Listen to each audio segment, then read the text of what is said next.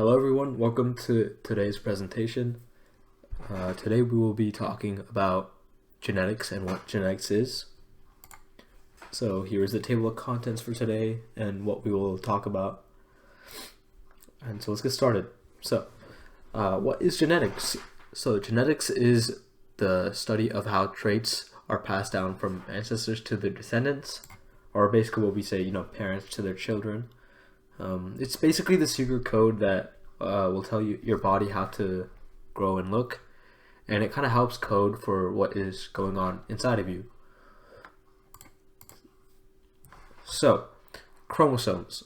Chromosomes are kind of like tiny instruction manuals that tell your body how to grow, develop, and function. So they're made up of very important molecules called DNA, which we will talk about in just a second.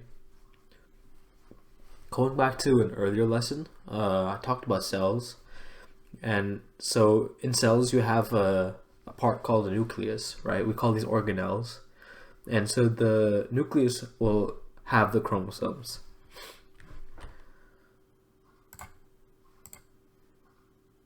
So DNA.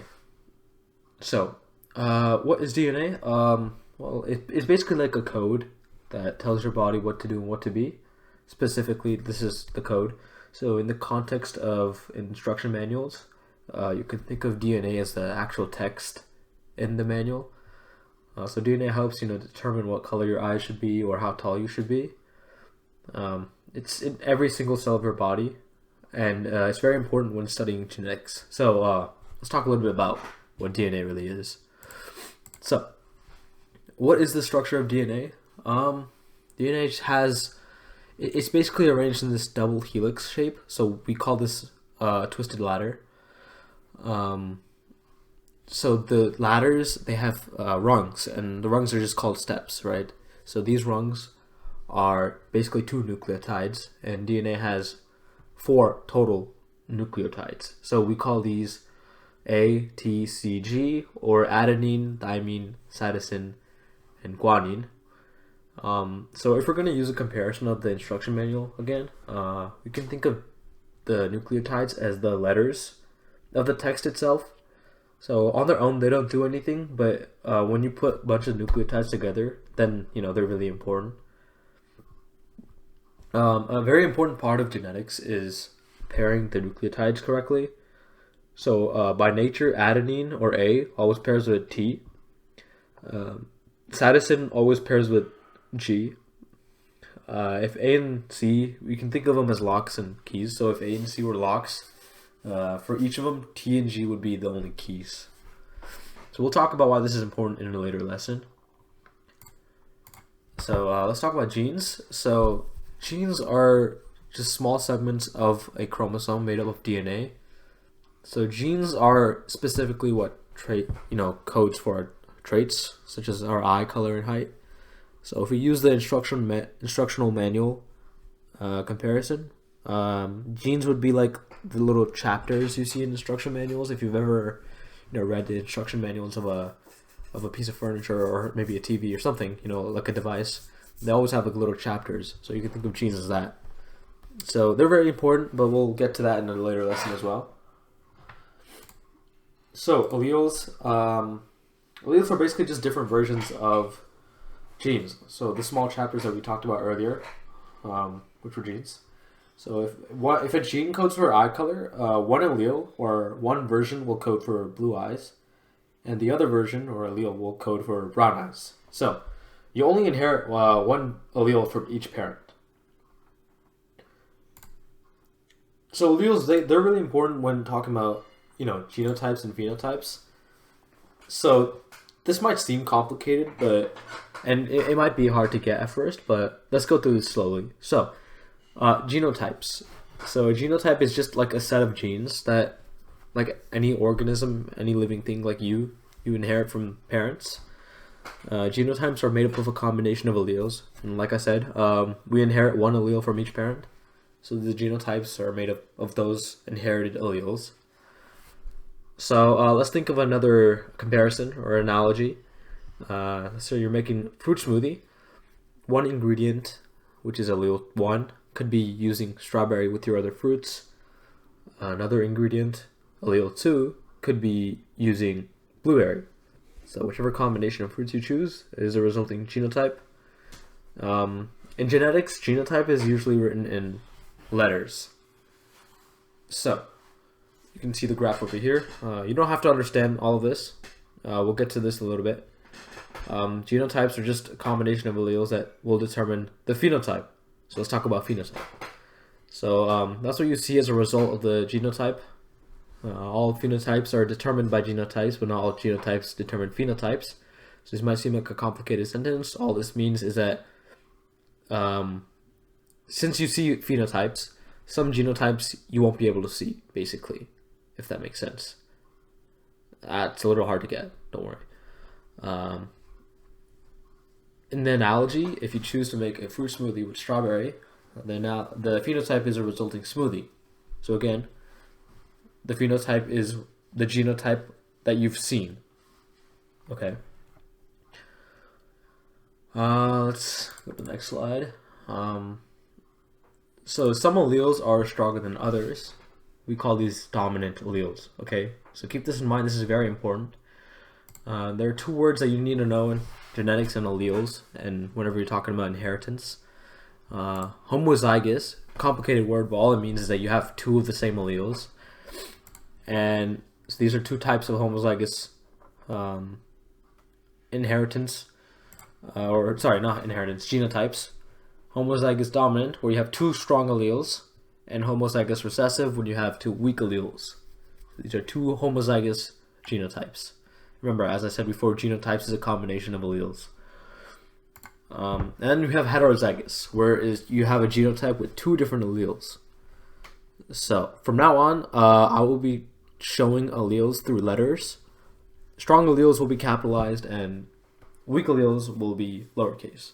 So if you look at the picture, you can see that the purple allele is the stronger allele compared to the white allele, and the purple allele is in a capital letter. The white allele would be lowercase.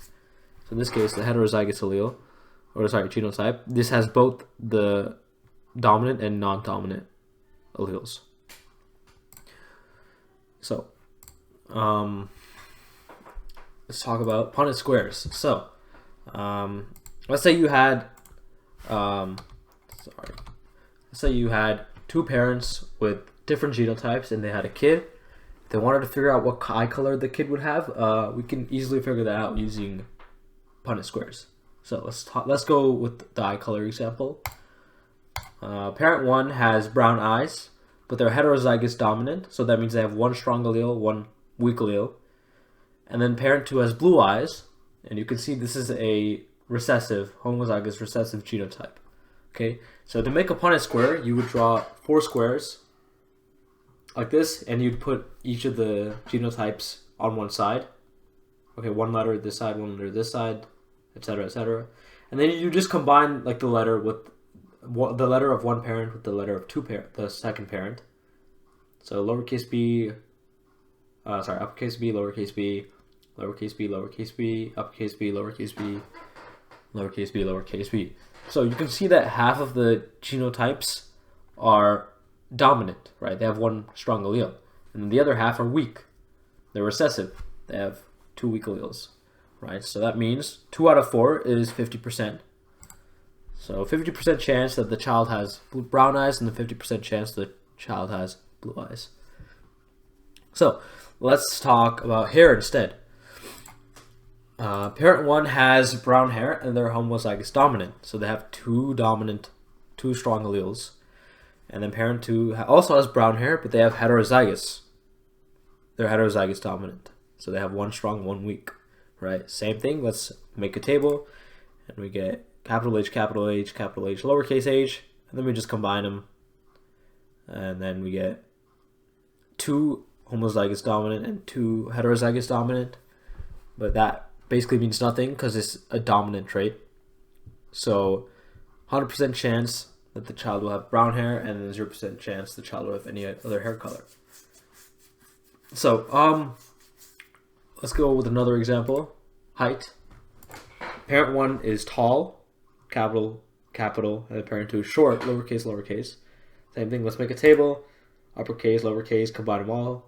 You get a heterozygous dominant genotype all around, but that just means 100% chance the child is tall and 0% chance the child is short. So how did I determine? You might be thinking, how did I determine what is dominant and what isn't, or what trait corresponds to what? Right? It's easy. You can see in the parents, right? The parent one, for example, all throughout, they have one strong allele, right? And this strong allele is what makes up the brown eyes, right? If they didn't have the strong allele, they wouldn't have brown eyes. They just have blue eyes. Same thing with this one. If they didn't have the strong allele for both of them, they wouldn't have brown hair. They'd have some other hair. And then in this case, the strong allele makes them tall. Okay. So just let me know if you have any questions. Just leave a comment or email me. But let's try a different problem. So, make a Punnett square for the following. The ability to roll your tongue, capital R, is dominant over not being able to roll your tongue, lowercase r. A parent that can roll their tongue, capital R, lowercase r, and a parent that can also roll their tongue, capital R, lowercase r, same parents, same genotype, sorry, have a child. So we want to know if the child can ever not roll their tongue. Okay, so I'll give you a little bit of time so you guys can make a Punnett square, or what you can do is just pause the video and then once you're done, resume. Okay, so I'm gonna assume you finished the problem, so let's go with it. Here is the table. I don't know if you can see this. You can do the same thing, arrange them all, and then you get one little recessive genotype, right? So that means 1 out of 4, that's 25% chance. So yes, it's possible the child can't roll their tongue. So, here's a quick little recap. Genetics is just the study of how traits are passed down.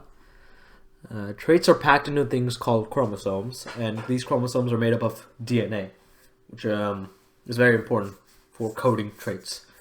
And then DNA makes up small segments called genes, and these genes have different versions of themselves called alleles. And so a combination of alleles is called a genotype, and the phenotype is just what you see based off of the genotype. Okay, this is very important. The genotype influences the phenotype. So, quick little fun facts before we go. Surprisingly, you share 50% of your DNA with a banana and a cabbage. So, a vegetable and a fruit. Your DNA is long enough to stretch to the sun and back over 600 times. So, because DNA is so tightly packed into a chromosome, if you just, laid it out, end to end, then it'd be super long, right? Since it's so packed into one space. So that's why it's so long.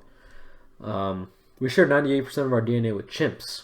So chimps are our closest closest relatives in the animal world. Genetics can also influence your favorite foods. So some people just naturally like certain tastes just because of their genes. Humans are 99.9% genetically identical. So there's a very small percent difference, but that small percent is huge. I mean, there's so many different,